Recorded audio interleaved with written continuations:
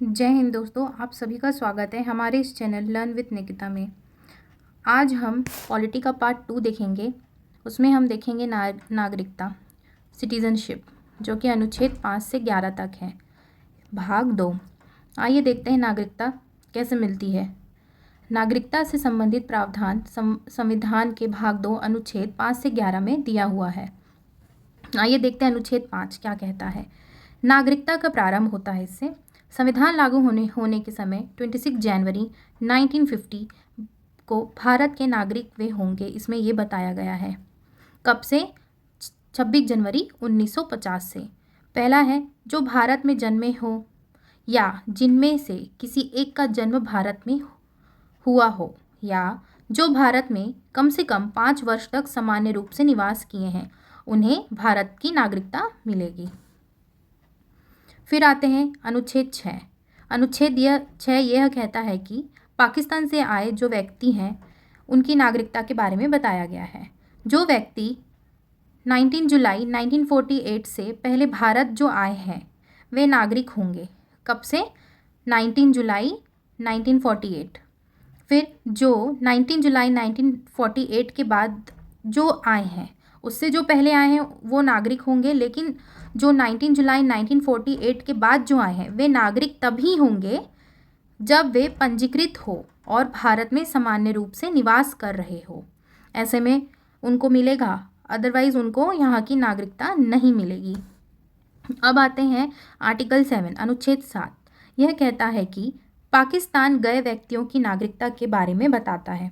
जो व्यक्ति पाकिस्तान चले गए थे और वे भारत के नागरिक नहीं होंगे, जो पाकिस्तान चले गए थे वे भारत के नागरिक नहीं होंगे, लेकिन यदि वे पुनः भारत लौट आए, जब वो वापस अगर आ गए हैं, तब उन्हें भारत सरकार अनुमति दे सकती है यहाँ निवास करने की।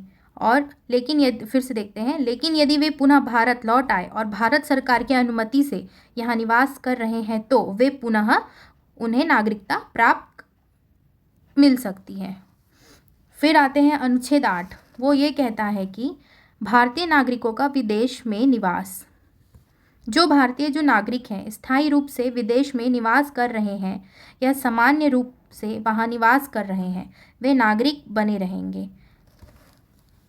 फिर अनुच्छेद 9 ये कहता है कि स्वैच्छिक रूप से अपनी इच्छा से विदेशी नागरिकता जो ग्रहण करना है, मतलब वो अपनी इच्छा से जो व्यक्ति विदेशी नागरिकता ले चुका है, उनकी जो भारत की जो नागरिकता है वो उससे वंचित हो जाएंगे।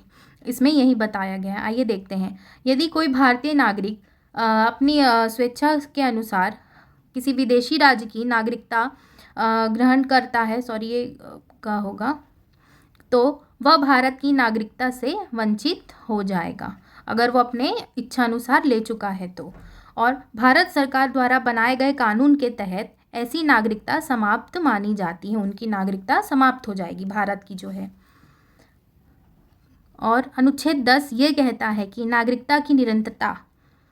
संविधान के प्रारंभ के समय जो व्यक्ति भारत का नागरिक था, संविधान के प्रारंभ के समय जो व्यक्ति भारत का नागरिक था वह नागरिक बना ही रहेगा, सिवाय उसके जिसकी नागरिकता अनुच्छेद 9 के अंतर्गत समाप्त हो गई हो। मतलब कि जैसे जो व्यक्ति, जैसे अभी हमने अनुच्छेद 9 में बताया, उसकी बात कर रहा है, अनुच्छेद 9 के अंतर्गत समाप्त हो गई हो।